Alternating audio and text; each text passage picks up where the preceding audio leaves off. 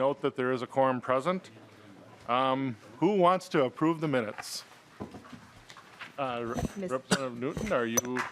Yes, I'd like to move the minutes of March 21st, 2023.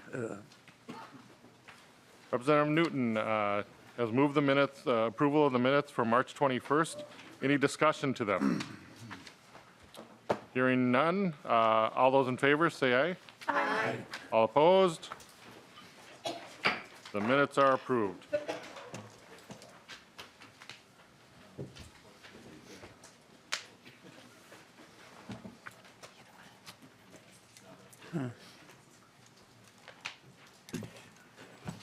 Chair Klevorn, when you're set.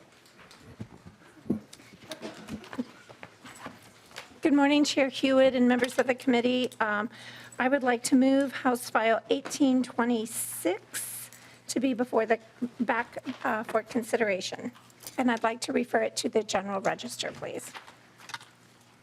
We have 1826 back in our committee for consideration. Chair Klevorn, I see you have, you're moving it to the General Register, and I see that you do have a DE. I do have a DE. What I'd like to do is just speak very quickly about the DE and then move to the A1 to the DE after. So, members, what I'd like you to know is that the DE contains many bills that we have already discussed in committee, and we will have a more thorough walkthrough in a minute. But every bill that is in the DE has been heard by our committee with a couple of exceptions. There is some modified language in Article 2 with the consent and approval of the minority lead. We modified that language having to do with cybersecurity, and it was contained in Representative Bonner's Bill 1710. So Article 2, the information technology and cybersecurity portion of the bill, is modified language. The other piece that we have done in this bill is Representative Cagle's bill, which had been moved to the consent calendar, is incorporated in this bill, as is Representative Jamie Becker-Finn's hotel bill. So those items were sent to the consent agenda, but they are also included in this bill. So we'll go through the bill in its entirety after we do the amendment for the A1. Thank you, Chair Klevorn. Are there any discussions to the DE? Seeing none, all those in favor, say aye. Aye. All opposed? The DE is adopted. To the A1, Chair Klevorn. Okay, the A1 is a little bit more interesting, I think, to the committee today. There were bills that I wanted to add, but they were not quite ready for us at the time of a regular committee. So the first part of the DE1 is about our session and when we shall meet. And it will be the first Tuesday after the second Monday in January in each odd year, so that people know when we will be called. We changed the definition of the legislative day. And then in lines 118 through 527, I'm sorry, I apologize, through 6.5, those lines have to do with the negotiated contracts for some of our collective bargaining units, and we can discuss that more fully. And then from lines 6.1 to the end, really those are cleanup language for items that are already contained in the DE. And that is the A1, and I would be happy to discuss that further with the committee. Any discussions? I'm sorry. Oh, sorry, Representative Nash. Thank you, Mr. Chair, and to the author. Lines 1.11 through 1.7, the redefinition of a legislative day was never heard in committee. It was introduced earlier this week as a bill. We have not had any opportunity to discuss it fully, and I would ask the author to amend it or remove it orally from her amendment, because we haven't had a chance to talk about it. You and I haven't even talked about it. You introduced it, and we have seen each other on the floor and in committee, and it was not discussed at all. Chair Klevorn? Thank you, Lead Nash. I appreciate that conversation, and that's why we're here today, and I'm happy to talk about it fully today. It was posted in time, and you have had opportunity to review it. It will stay in the bill. Lead Nash? Well, I would encourage my members to vote against the A1. It drastically changes how the legislature would do things. It does effectively create more time for the majority party to do what it is that they feel like they need to do without actually having legislative days count against them. It's a significant change. It is not just a trifle change, Madam Chair. It is not something that you just sort of say, well, we should probably change that and it'll be just fine. So I would strongly urge a vote against this. It is not trivial, and I find that it is offensive that you didn't even approach me about it. So, to that end, I would urge a no vote on the A1 and would request a roll call on that. There's been a roll call requested. Representative Nadeau? Thank you, Mr. Chair. Representative Klevorn, can you just talk about that a little bit more, just the change in the legislative day, just so I have a better understanding of why we're doing it? I'm sorry, I just don't know. Oh, Matt, working my statistics here. To Chair Klevorn? Thank you, Chair Hewitt, and thank you, Representative Nadeau, for the question. I will go more fully into it. No current legislator appreciates the harm that is done by the practice of the legislative day. It was a deal that was struck in 1973.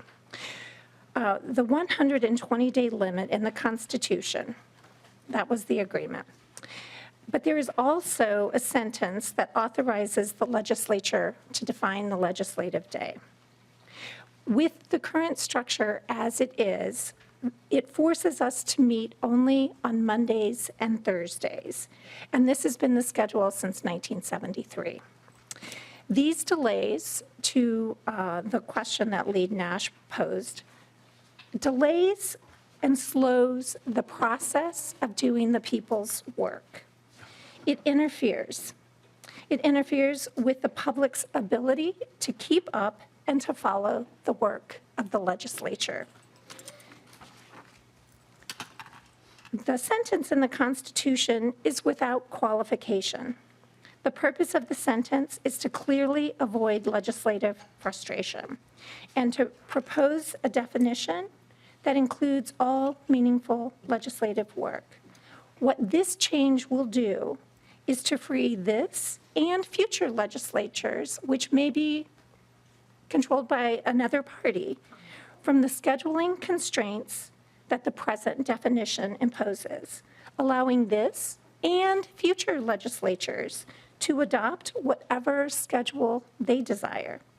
The new definition would impose no change on the legislature or the legislative leaders. And I ask for adoption.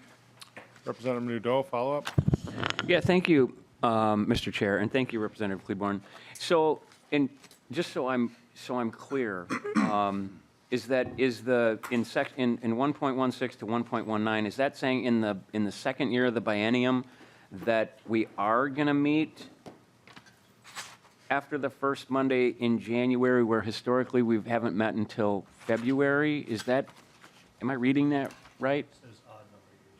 I'm sorry, it's still just odd number years. Okay.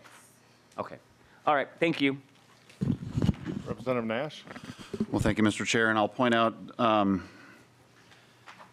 very odd statement that the chair just made, that we want to be able to let the legislature move quickly. Well,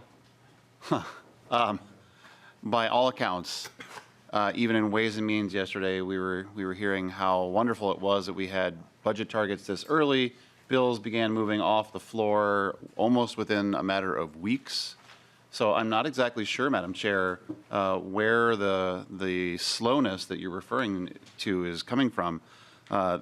You have moved along with your party at a breakneck speed from day one. So I'm not exactly sure what the urgency is.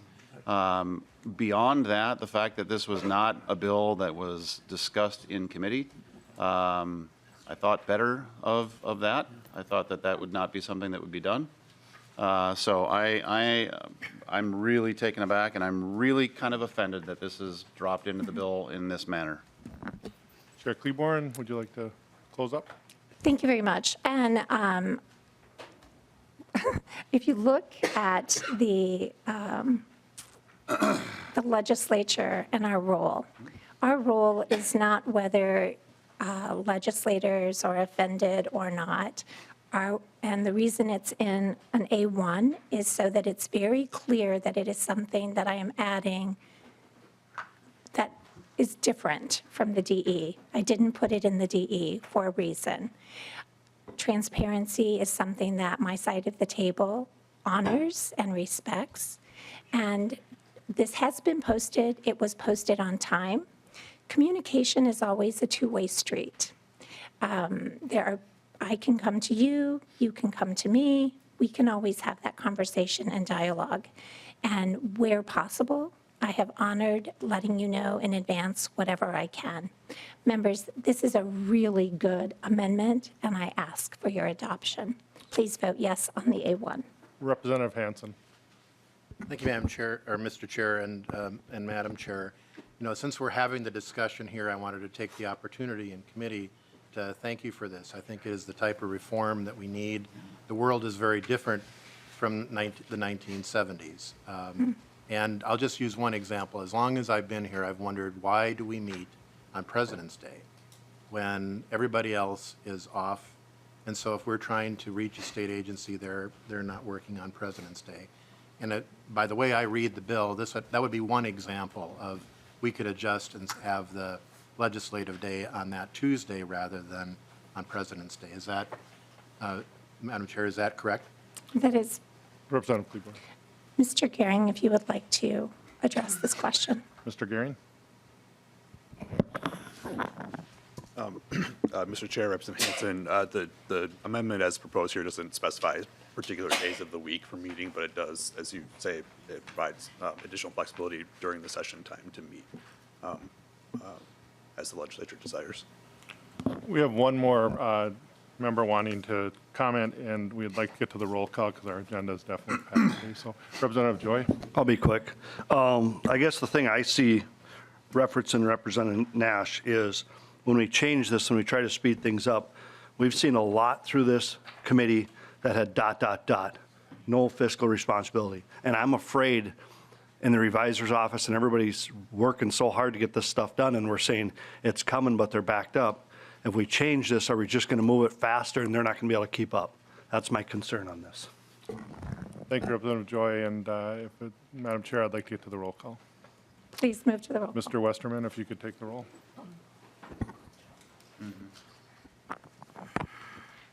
Chair Klevorn? Aye. Chair Klevorn? Aye. Vice Chair Hewitt? Aye. Vice Chair Hewitt? Aye. Representative Nash? No. Representative Nash? No. Representative Bonner? Aye. Representative Bonner? Aye. Representative Berg? Aye. Representative Berg? Aye. Representative Freiberg? Yes. Representative Freiberg? Aye. Representative Hansen? Aye. Representative Hansen? Aye. Representative Harder? No. Representative Harder? No. Representative Herr? Aye. Representative Herr? Aye. Representative Joy? No. Representative Joy? No. Representative Kosnick? No. Representative Kosnick? No. Representative Nadeau? No. Representative Nadeau? No. Representative Newton? Aye. Representative Newton? Aye. The ayes are 8, the nays are 5. And that the ayes are 8 and the nays are 5. The amendment does prevail. And now, Madam Chair, your bill is in the shape that you want it in. We do have other amendments. Do you want to take those now? Yes, please. The A2, I believe it's Representative Neto.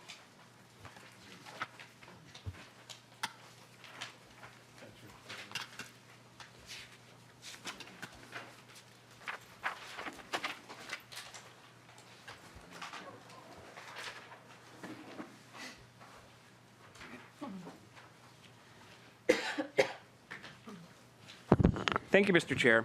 And thank you, Representative Klevorn. This, and I know that you might have mentioned this a little bit in your opening remarks. This is this is a bill that we didn't hear. This is Representative Noor's bill. I'm eliminating section 16 of the bill. It's requiring cities to report buildings that do not have sprinkler systems. I don't remember hearing that bill, and so what I'm doing is this is literally pulling it out of this bill right now. I know that in my city, as conditional use permits change, and I know that this has to do with the city of Minneapolis, and I don't specifically know the intent of what this was trying to accomplish, but I do know that in my city, when cities change, when they adopt latest fire marshal codes, when they make changes to the fire suppression systems, it's massively expensive, and so I don't know anything about this and what the impact this will have on buildings in Minneapolis that my employer owns, that other people own, and because we haven't heard it, I'd like to remove it. Maybe it can be added later. I just don't know the impact of this bill, which is why I'd like it removed. So I move Amendment A2, Mr. Chair. Thank you, Representative Nadeau. To the A2 amendment, Madam Chair? Thank you very much, Mr. Chair and Representative Nadeau, for the question. If I have erred by including it and it hasn't been heard in the committee, I'm going to apologize to the committee for that moment, at this moment for that. I was thinking that we heard it and I put it on the list. So that would be my error. So let me give you a little bit of back history as to where this bill came from. This is related to Representative Noor. And Representative Noor had a building, which I could ask Chair Hewitt to go into great detail about the devastating fire that occurred in a multi-story building, a very high building, where there were no sprinkler systems in the building because of its age. It was grandfathered. It didn't have, at the time it was constructed, it didn't have fire systems in place. As a result of that devastating fire, there was legislation in the last session which required buildings to be retrofitted with sprinkler systems, and the statute is in place for that. This provision in this bill would allow the fire marshal to know which buildings are and are not retrofitted. This is really an important piece to keep in the bill, and it only pertains to cities of the first and second class. So this is about really human safety at its fundamental core, and it's about protecting our firefighters. I see this as a very, very important provision, and at this moment, I am not prepared to remove it because of that human safety, both the citizenry and the firefighters who go in to battle these really horrific fires. So I will apologize to the committee. The error was mine. I thought we had heard this, so I put it on the list to be included. But it is an important provision that I would ask members to vote no on this amendment. Madam Chair, I'm going to take some privilege here, and you're exactly right. Fire sprinklers not only save victims' lives, but they also save firefighters' lives. In that particular building you're referring to, I'm sorry, in that building you're referring to, I believe several firefighters were treated at the hospital after the incident. We did hear this in public safety, which I'm a member of, and the cities did not oppose. This is just simply a report that we do need. We need to know where these buildings are, and it's in the cities, it's in the higher class cities, and we didn't hear any opposition to this. It's an important report. So, Representative Nadeau. Thank you, Mr. Chair, and thank you, Representative. And I wasn't trying to make this a gotcha thing at all. I just hadn't heard it. Hearing that explanation, identifying those buildings, I'm pretty positive that those cities know what those buildings are. I don't think it's going to be a ton of work to do it. So I'll withdraw the A2. Thank you, Mr. Chair. The A2 has been withdrawn. We have an A3, I believe, Representative Koznick. Thank you, Mr. Chair.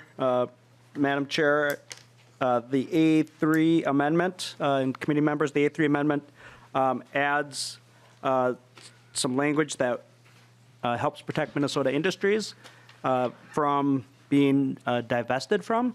I think it's important from an economic development standpoint. The committee that and I'm looking around, I don't know if any other members here serve on that committee, but we have some strong economic industries in our state that lead the world in agriculture and mining, medical industry, and a variety of other industries. And this makes sure that our state assets that are invested from the State Board of Investing do not disinvest in Minnesota industries. Couple recent articles that looked at that I would like to just kind of quote here. One from the New York Times, September 29, 2022. ESG investing is designed almost entirely to maximize shareholder returns, falsely leading many investors to believe that their portfolios are doing good for the world. So when people utilize ESG investing in our state Board of Investing, they might think that they're doing some social justice, world improvement, but that's not really how it works. And so I would move the A3 amendment so that we, until ESG investing is even more thoroughly vetted, we can make sure that our pension funds and such are maximizing the returns for their stakeholders, our retirees and stakeholders across the state, and not hurting any particular industries that would cripple their ability to get capital for some very vital Minnesota industries. And so, Madam Chair, I hope that you would consider the A3 amendment. Thank you, Representative Koznick. Madam Chair? Thank you. When we use terms in the committee, I ask for the person who's used the term to please define it. If I could just ask Representative Koznick to let the public know what he means by ESG. Thank you. Representative Koznick. Thank you, Mr. Chair. Generally, ESG is environmental, social, and governance standards. That is a term used, kind of a Wall Street type term. And there's rating agencies that have different funds and looks at companies' liabilities and risks relative to the three things. And so it's out there, but I think it would be harmful to specifically divest from Minnesota mining, agriculture, healthcare, and any other particular sectors in the state as the amendment reads. Representative Herr? Thank you, Chair Hewitt, and Representative Koznick for bringing up this issue. I would just like to inform this group that ESG is actually has been quite politicized.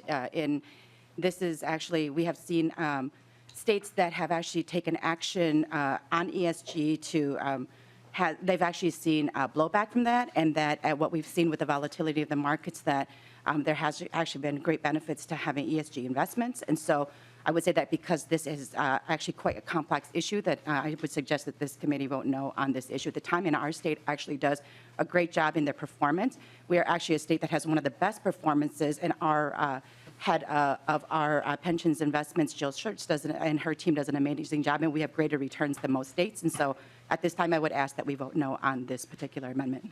Chair Klevorn? Thank you. And I would just like, I'm glad to know that Representative Koznick and I both read the New York Times. That makes me very happy. And I would like the committee to know that that was also an opinion piece. It wasn't a deep researched story. The other thing I want the committee to know is that when Texas was forced to do this, it cost them between $300 and $500 million. So this amendment could be very costly. The other piece I would like to say is I'm also very glad that you, Representative Koznick, and I agree.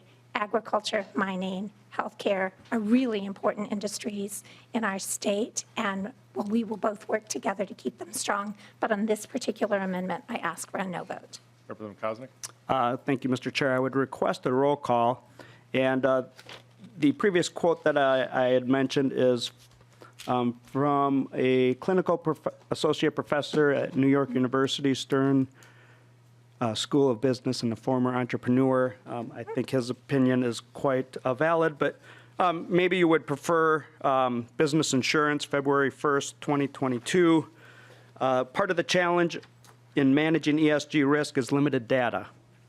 Intrinsically, we believe that a company with a good ESG risk management will be a better liability risk, that a company that is trusted will have fewer or less severe liability losses, but we can't prove that correlation yet. And that's the point. The other thing is, perhaps it has gotten political, but even the U.S. Congress had bipartisan support for measures like this. And so maybe it's not as political as we think. It's just a feel-good type of investing strategy. But it shouldn't be political to protect key industries in the state of Minnesota, like mining, agriculture, livestock, and energy-based companies. So I would request committee support and a roll call. Thank you, Representative Koznick. If you would, can I move to the roll call, Madam Please go to the roll call. Mr. Westman, please do the roll call. Chair Klevorn. No. Chair Klevorn, no. Vice Chair Hewitt. No. Vice Chair Hewitt, no. Representative Nash. No, or yes, sorry. Representative Nash, aye. Representative Bonner. No. Representative Bonner, no. Representative Berg. No. Representative Berg, no. Representative Freiberg. Nope. Representative Freiberg, no. Representative Hansen. No. Representative Hansen, no. Representative Harder. Aye. Representative Harder, aye. Representative Herr. No. Representative Herr, no. Representative Joy. Yes. Representative Joy, aye. Representative Koznick. Aye. Representative Koznick, aye. Representative Nadeau. Aye. Representative Nadeau, aye. Representative Newton. No. Representative Newton, no. The ayes are 5, the nays are 8. With the ayes being 5 and the ayes being 8, the amendment does not prevail. Amendment 4, Representative Lead Nash. Thank you, Mr. Chair. I will move adoption of the A4, and regardless of how you feel about some of the changes that have happened in the state of Minnesota relative to abortion, I would hope that we could all agree that we would not want to advertise it through our Explore Minnesota in other states as Minnesota being a haven or a great place to go to get an abortion.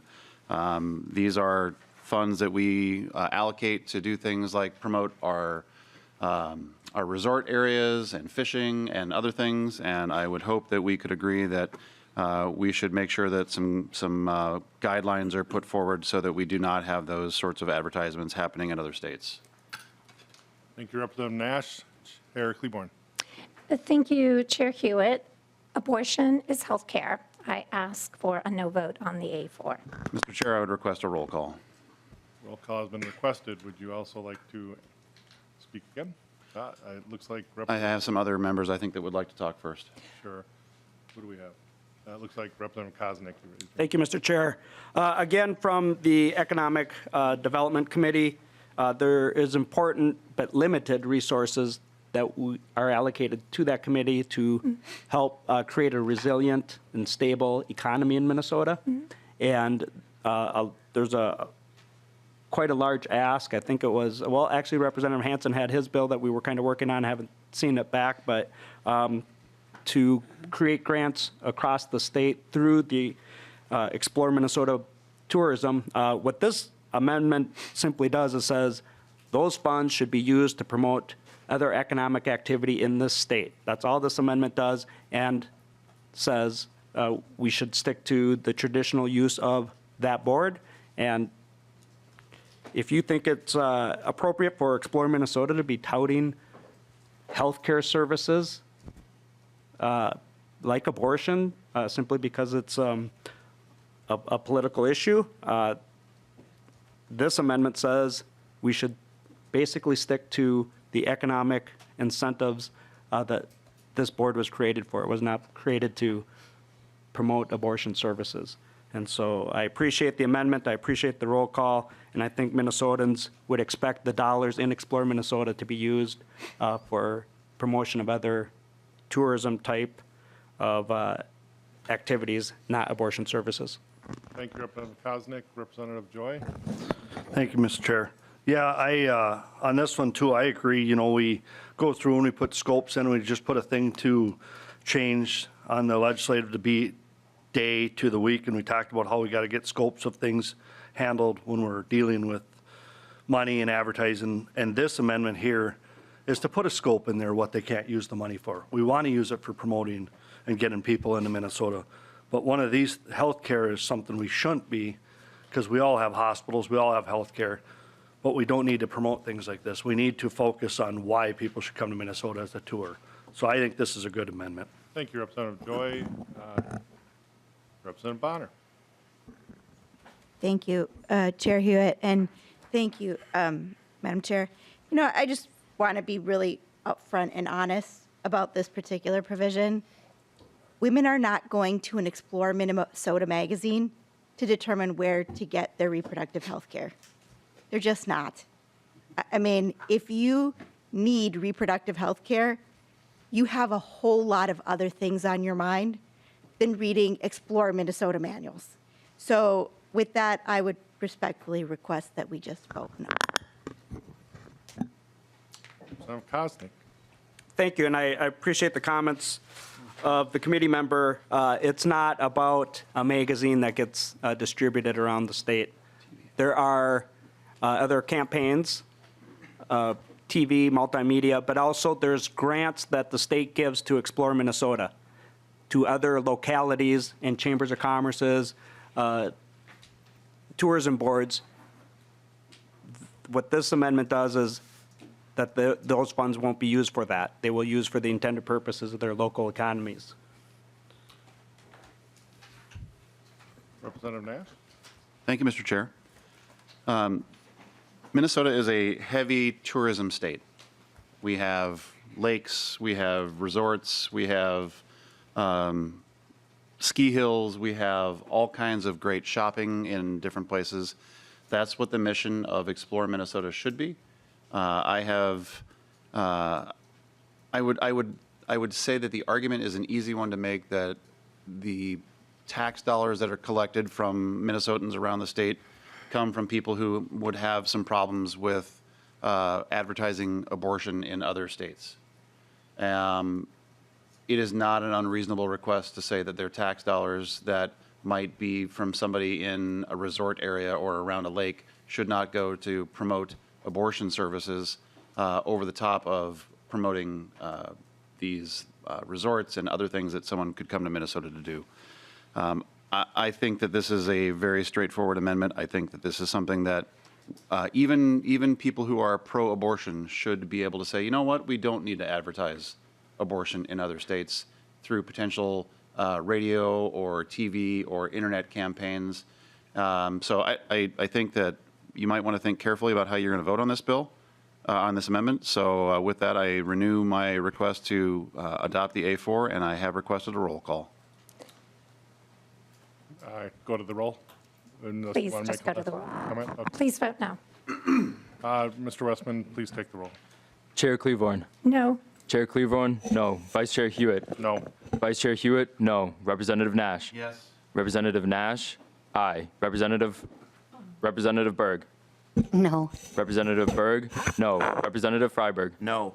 Representative Freiberg, no. Representative Hansen. No. Representative Hansen, no. Representative Harder. Aye. Representative Harder, aye. Representative Herr. No. Representative Herr, no. Representative Joy. Yes. Representative Joy, aye. Representative Koznick. Aye. Representative Koznick, aye. Representative Nadeau. Aye. Representative Nadeau, aye. Representative Newton. No. Representative Newton, no. The ayes are 5, the nays are 7. The ayes are, one excuse.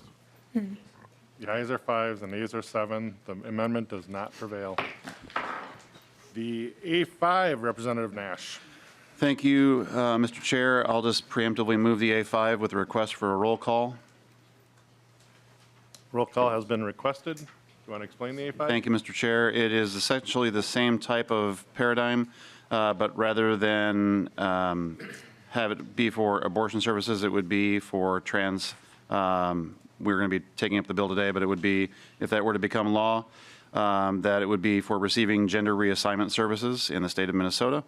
Once again, regardless of how you feel about this in the state of Minnesota, I think that it is not an unreasonable request for the people of Minnesota to not see their tourism dollars go to promote these things. Once again, tourism is designed to promote things like fishing and skiing and cross-country skiing and snowshoeing and shopping in a certain place. These are not tourism efforts, but what we have seen in recent years is certain certain people will be hired to promote the state of Minnesota, and then they bring a political bent to things later on. So I would again request adoption of the A5 and renew my request for a roll call, and I'm encouraging conversation. Thank you, Representative Nash. I have a question for you, though, on this A1. And I get that we're talking about these subject areas, but much of my adult life has been spent bringing people to Minnesota for their health care. As we know, Rochester is a destination healthcare facility. We also know that our hospitals in Duluth, our hospitals in St. Cloud, in our metropolitan hospitals, bring in people from all over the world. In fact, I've traveled all over the world to bring patients here. We have great healthcare. How does that look into your vision? I mean, should that be kept on the outside of any kind of tourism? I mean, I think we're walking a fine line because it's one of our commerce areas too. So could you help me Well, with Mr. that one? Chair, I would point out that you said regarding the A1, this is the A5. No, I'm sorry, the 8.5. And that, once again, according to Representative Bonner, apparently she doesn't feel that we need to be advertising these sorts of things. I'm just putting up some guardrails around the fact that we shouldn't be promoting this specific thing, because in addition to that, you know, this is a political hot button, and if you don't feel that, then you are naive.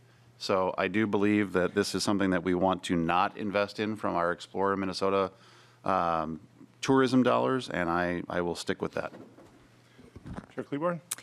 Thank you, Chair Hewitt. I don't see healthcare as a political hot buttons, members. This is about healthcare, and I'm just going to ask for a no vote. Thank you. And if we'll move to the vote. Thank you. Representative Koznick? Thank you, Mr. Chair. What the amendment does, I appreciate Representative Nash bringing this, and the previous amendment is to keep the economic development investments in this state for the purposes of, as it says, Explore Minnesota and the different communities and that we have. Your comments about, you know, Mayo being an attraction for their overall healthcare purposes, they can advertise for their whatever services that they provide, but they shouldn't be using local tourism board dollars that aren't meant for that purpose. And what this amendment does is says that if you are voting against this amendment, you're saying that, yes, Explore Minnesota Tourism should be for gender reassignment services and advertising of that. And so I will be supporting the amendment because Explore Minnesota tourism dollars, economic development dollars are limited. Tourism boards across the state apply for these and don't always get grants to help improve their local economies, and we need to protect those dollars. And so thank you for the amendment. I will be voting for the amendment. Thank you, Representative Koznick. Representative Berg? Thank you, Mr. Chair. I just want to point out that there is nothing in writing or anything that's hard and fast at the moment that said Minnesota's going to have an advertising campaign for either abortion services or gender-affirming care. The only side of the table that is making this a political hot button is the authors of these amendments. The Explore Minnesota is going to do just that, everything that they've been doing for as long as they've been advertising what our state has to offer. Until there is a legitimate advertising campaign on either of the subjects of either of these amendments, that's the time to have the conversation, not to get out in front of it, to politicize it. Thank you, Mr. Chair. Thank you, Representative Berg. Mr. Chair. Representative Nash? Thank you, Mr. Chair. Well, Representative Berg, we do things here all the time proactively. We do it all the time. We are ahead of things in every committee. Every year that I have been here, we do things proactively to prevent things from becoming like this. So just because you don't think that there's something going on now, and you just said that you wanted to wait until there was a campaign, that's not the time to do it. The time is to put up guardrails now. So with that, I renew my motion to adopt the A5 with the roll call. Thank you, Representative Nash. I think we're moving to the roll. Mr. Westerman, if you could take the roll, please. Chair Klevorn. No. Chair Klevorn, no. Vice Chair Hewitt. No. Vice Chair Hewitt, no. Representative Nash. Yes. Representative Nash, aye. Representative Berg. No. Representative Berg, no. Representative Freiberg. No. Representative Freiberg, no. Representative Hansen. No. Representative Hansen, no. Representative Harder. Aye. Representative Harder, aye. Representative Herr. No. Representative Herr, no. Representative Joy. Aye. Representative Joy, aye. Representative Koznick. Aye. Representative Koznick, aye. Representative Nadeau. Aye. Representative Nadeau, aye. Representative Newton. No. Representative Newton, no. The ayes are 5, the nays are 7, with 1 excused. The ayes are 5, the yeas are 7, with 1 excused. The amendment does not prevail. Representative Nadeau, I believe you have the A6, and I have to apologize because I've been saying your name wrong. I went to rookie school with somebody with this spelling, and it was not that way, so thank you. No harm, Mr. Chair. Thank you.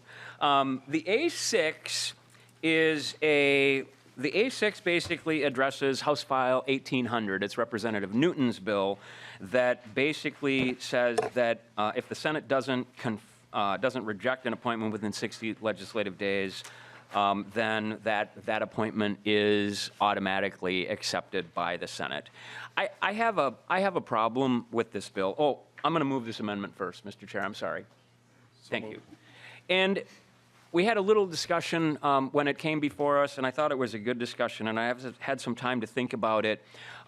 You know, my fear with the language is that it gives, if a minority Senate wants to really raise havoc with a governor and his appointment process, I mean, every 45 days they could reject, you know, every appointment, and there's hundreds of appointments. I mean, we just talked about the Destination Medical Center. There's 3 appointments that are pending right now for the last 2 years. And do I think that the Senate should act and should do it more proactively? Absolutely. They should do their job. I wish they would. I think that the language that's currently in this bill creates an opportunity for more politics to be played, not less. And it's not that I don't trust the Senate to do their work or not do their work.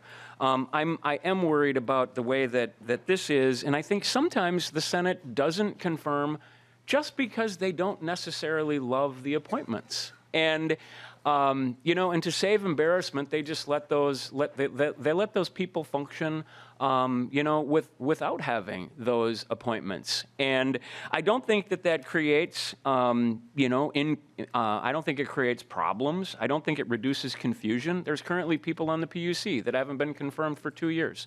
The PUC is functioning. Do we wish that they had their confirmations? Sure. But I don't think that it actually is going to move the needle, and I think it creates the opportunity for more games to be played. And Mr. Chair, I don't like games in politics. I really don't. I want people to actually work and try to do their thing and try to find those areas where they can find agreement and move on. With that being said, I'm going to, so what I did in this, and I mentioned before that I think sometimes the Senate doesn't confirm just to reduce, just so that people don't get embarrassed. And so we all know that the way the law is written currently is that these are temporary appointments until the Senate confirms them. And my amendment literally just puts that in statute. This is truly a temporary. It is a temporary appointment. There is 60 days that the Senate has to confirm, and if they're not, and if they don't get confirmed within those 60 days, then they are automatically they are not confirmed and they are done. So it just flips it upside down. It gives the Senate 60 days to, if they don't confirm, then they've rejected those appointments. So it forces the hand of the Senate to do their work. I think it does it in a way that puts everyone on an even playing field where they can't, play the embarrassment game. And so I've moved it, and I would call for a roll call on the A6. Thank you, Representative Nadeau. Madam Chair. Thank you, Representative Nadeau. I cannot believe that you would be asking us as a committee to give the Senate a pocket veto. That's what that would do. It gives them a pocket veto. When they, Senate embarrassment is not in the transparency or public interest. When we are elected, we agree to come in, and I say this to people all the time. We have green and we have red. There is no gray button. When you take these positions, and that's why I never mind a roll call, we are clearly communicating to the public whether we believe an appointment is good or not. So if you're not willing to stand up and say an appointment is bad and I am not going to support it for these reasons, then that individual deserves to be confirmed. I support the language that Representative Newton has provided in the bill, and I ask for your no vote, members. Representative Newton. Thank you, Mr. Chair. And Representative No, this is not 60 days, it's 60 legislative days, which essentially is a full legislative session. So in some cases, it is longer. It'll extend into the next year. This is the same amendment that I believe Representative Nash brought forward before and we defeated. So I would ask that we defeat it again. Thank you. Representative Nadeau. And thank you, Mr. Chair. And Representative Klevorn, it's not that I'm giving the Senate a pocket veto. I disagree with the language in itself.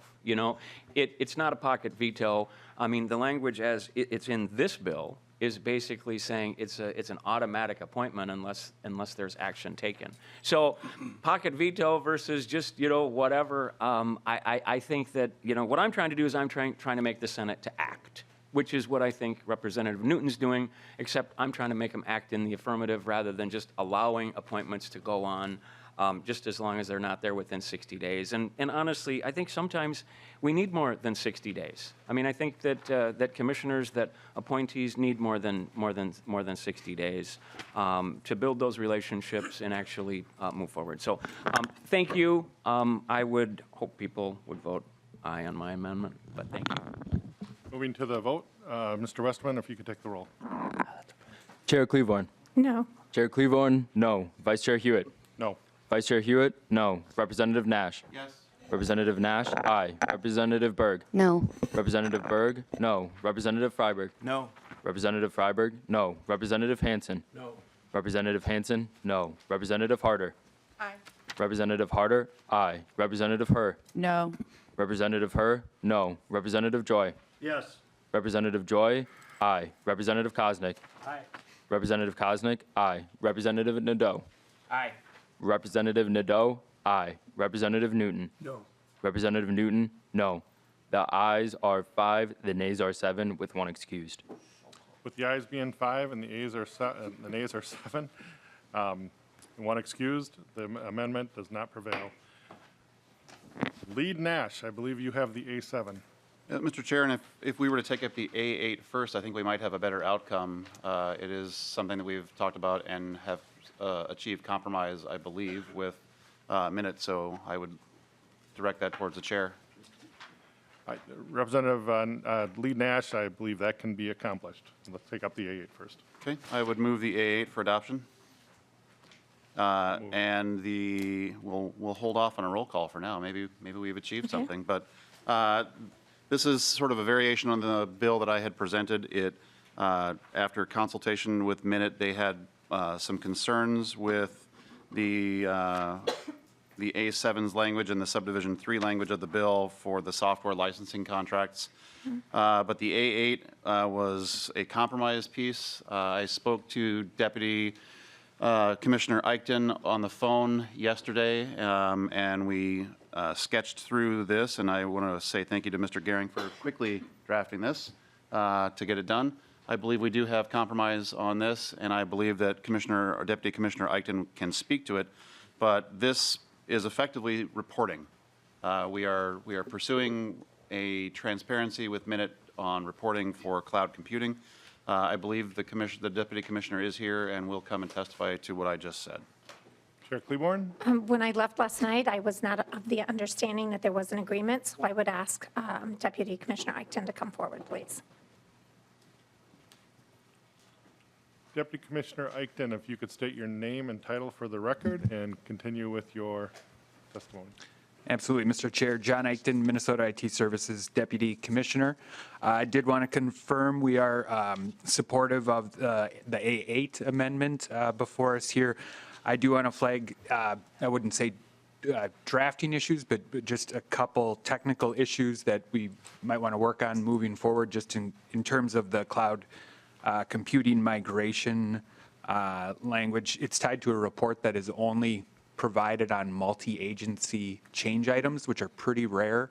I think the intent is more broad than that, so just want to work on a couple of technical tweaks along those lines. But other than that, we support the direction and the intent, and happy to work with the author and the chair to get this to the firmed up. Chair Klevorn? I would just ask Lead Nash if he's willing to continue to work on the language. Lead Nash? Thank you, Mr. Chair, and to Chair Klevorn. The Deputy Commissioner did say that he supports this, and I think that if we engross this into the bill, we can come up with an amendment for the floor when it gets there. I would like to put it into the bill today. I want to make sure that the minor changes that are syntactical, and the Deputy Commissioner is nodding his affirmation that they are syntactical, that we can clean them up and get them ready for the floor with a small amendment to the bill as amended with this amendment. Representative, Chair Klevorn? Lead Nash, I am not going to put anything in this bill unless we have consent going forward. If you will, I need you to say to me that you will continue to work on this language and that it will be correct before the bill goes to the floor. Representative Nash? Madam Chair, members, I worked with Mr. Eichten on this bill, on this amendment. He is sitting next to you saying that they support this and that there is a syntactical correction that needs to be made. It is minor. We could probably do it right now.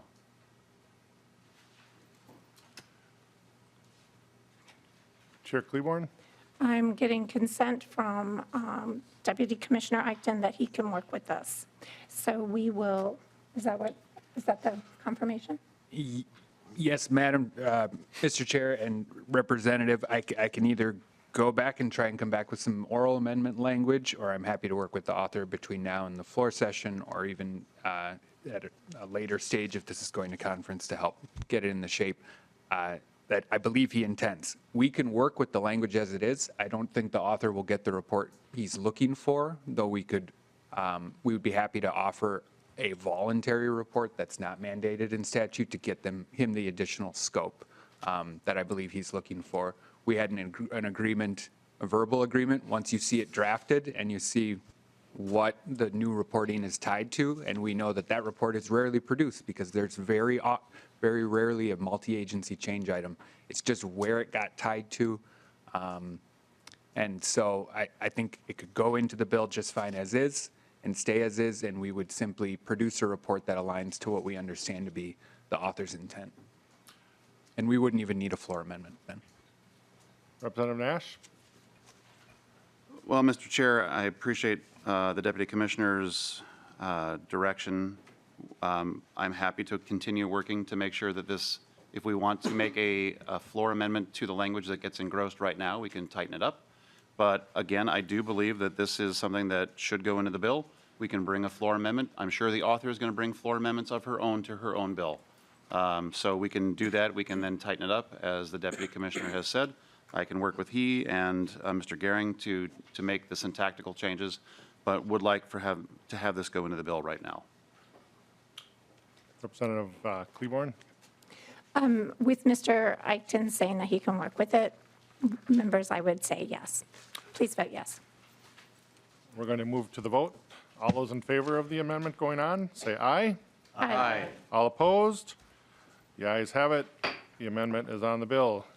Representative Lee Nash, back to your A7. I will withdraw. The A7 has been withdrawn. Madam Chair, we are through the amendments. The bill is in the order you want it in now.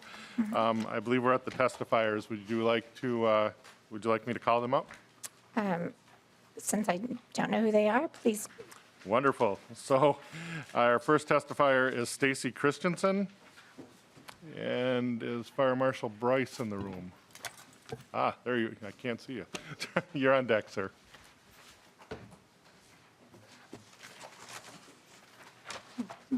Please state your name for the record, title, and continue with your testimony. Thank you, Mr. Chair and members. My name is Stacy Christensen. I'm Deputy Commissioner at the Department of Administration. I just wanted to thank you for including many of admin's policy provisions in the Omnibus Policy Bill. As you know, admin has a wide-ranging set of responsibilities that ultimately touch every part of state government. We work primarily behind the scenes to provide business functions that are the administrative backbone for public agencies. These functions include managing construction projects, providing resources for data practices compliance, overseeing state procurement, and assisting with energy efficiency improvements. The changes included will clean up the statutes to provide greater clarity, address ambiguities in state law, and correct obsolete statutes. These changes include simplifying the management of some construction projects by modernizing the work of the State Designer Selection Board, affirming admin's efforts to assist agencies in improving their energy efficiency and reducing associated operational costs, clarifications to the eligible uses of asset preservation and capital asset preservation and replacement account, or CAPRA funds, general cleanup of our statutes related to the transfer of responsibilities formerly housed at other entities.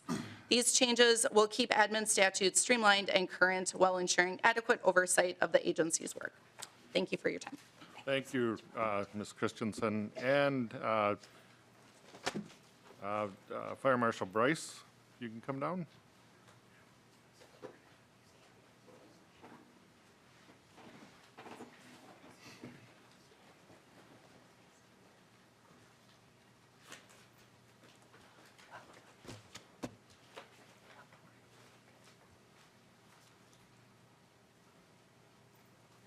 If you could state your name and title for the record, sir.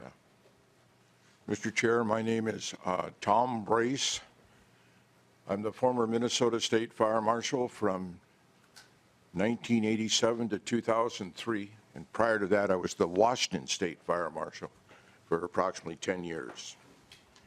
Speak first this morning on the reporting requirement for cities to the State Fire Marshal is critical to inform the state as to the number of unsprinkled high-rise buildings. Great effort has been made by the League of Cities, the State Fire Marshal, and the National Fire Sprinkler Association to survey the need, but there remain some unanswered questions. The Multi-Housing Association supplied this and has been heard in both housing and public safety with no opposition. We thank you for inclusion of this reporting requirement. Thank you, Fire Marshal Bryce, and thank you for dedicating your retirement to this subject, as I said in public safety the other morning. Yes, you did, sir. Are there any other, this is a public hearing, are there any other testifiers that would like to speak on this bill? Yes. Seeing none, we're going to flip to member discussion. Excuse me. Sorry. There is one other piece that Fire Marshal Bryce would like to talk about. Sorry. Thank you, Senator Klevorn. Thank you. Fire Marshal Bryce. Mr. Chair, members of the committee, I'd like to put another hat on quickly. I am the chair of the Bill and Bonnie Daniels Firefighters Hall and Museum. It is located in Minneapolis, and it was created by a trust from a fire captain and his wife, Bill and Bonnie Daniels, or Wilton Daniels. Before you on House File 194 is hopefully a simple decision. We would respectfully like to request the state designate the Fire Museum as the official Minnesota State Fire Museum. And the reason to do that is that we want to send a message to the general public throughout the state of Minnesota that this is a fire museum for all of Minnesota, and also a special note to fire departments throughout Minnesota that this is a place that they can honor their proud traditions. So we're asking for an official designation of the Bill and Bonnie Daniels as the State Fire Museum. Thank you, Fire Marshal Bryce, and I ask for your pardon as I guess I should have just waited to see what you wanted to say there. And I, too, am a great supporter of this, being a former volunteer firefighter. I know that our story needs to be told, and we have a real interesting one. So thank you for your testimony. Madam Chair, do you have anything else to add? We have included it in the DE, so I'm excited to be able to honor our firefighters this way. Thank you. If you have time, members, I wish you would take some time and go over to Minneapolis and see this fire museum. It's quite the spectacle. So, again, this is a public hearing. Is there anyone in the audience wishing to testify? Seeing none, we're going to move to member discussion on the bill. Do we have a list yet? Oh, nobody's on the list. This is good. Oh, sorry. Representative Nadeau. I'll always take the opportunity to say thank you, Mr. Chair. And Representative Klevorn, thank you for working hard to put this bill together. And I appreciate you doing your best to accommodate all the requests that were made. And specifically, I want to thank you for the putting in the construction at risk for Hennepin County, and then also for eliminating moving away from the MBC age-old agreement to more of an updated agreement with a JPA for the city of Minneapolis and Hennepin County. So thank you for that. And the JPA? I'm just trying to get people to Chair use Klevorn? words. Joint Powers Agreement. Thank you. Chair Klevorn, any comments on that? No, members, it's a really good bill. We've done a lot of important work this year together. We've had lots of great conversations. I'd like to thank Lead Nash for being my partner in this work in the policy bill. We've had a good working relationship, and I ask for a yes vote on 1826 as amended. And I would renew my motion that it go to the general register. Representative Lead Nash. Thank you, Mr. Chair. And I will say that the chair and I have a good working relationship. We've tried to keep the trains moving on time.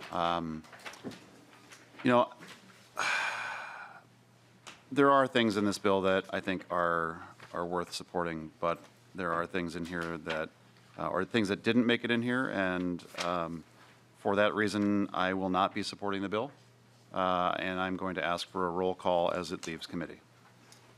A roll call has been requested. Is there any other discussion to the bill? Mr. Westerman, please take the roll call on the bill. Chair Klevorn. Aye. Excuse me, just 1 minute. I would like to just take a recess for a minute, if that would be all right with you. Under roll call. I'm sorry. Oh, yep, sorry. We're under roll call. All right. And I'll ask that the roll be held open for a moment while we have members in other committees to come in and vote. We can hold the roll open as long as we want, I believe. That's the rule. That doesn't matter. We're back. Continue with the roll. Chair Klevorn. Aye. Chair Klevorn, aye. Vice Chair Hewitt. Aye. Vice Chair Hewitt, aye. Representative Nash. No. Representative Nash, no. Representative Berg. Yes. Representative Berg, aye. Representative Freiberg. Yes. Representative Freiberg, aye. Representative Hansen. Aye. Representative Hansen, aye. Representative Harder. No. Representative Harder, no. Representative Herr. Aye. Representative Herr, aye. Representative Joy. No. Representative Joy, no. Representative Koznick. No. Representative Koznick, no. Representative Nadeau. Yes. Representative Nadeau, yes. Representative Newton. Representative Newton. Aye. Representative Newton, aye. The ayes are 8, the nays are 4, with 1 excused. The ayes are 8, nays are 4, 1 excused. The bill is on its way to Ways and Means. Oh, To the sorry, to general the general register. Thank you. I correct myself.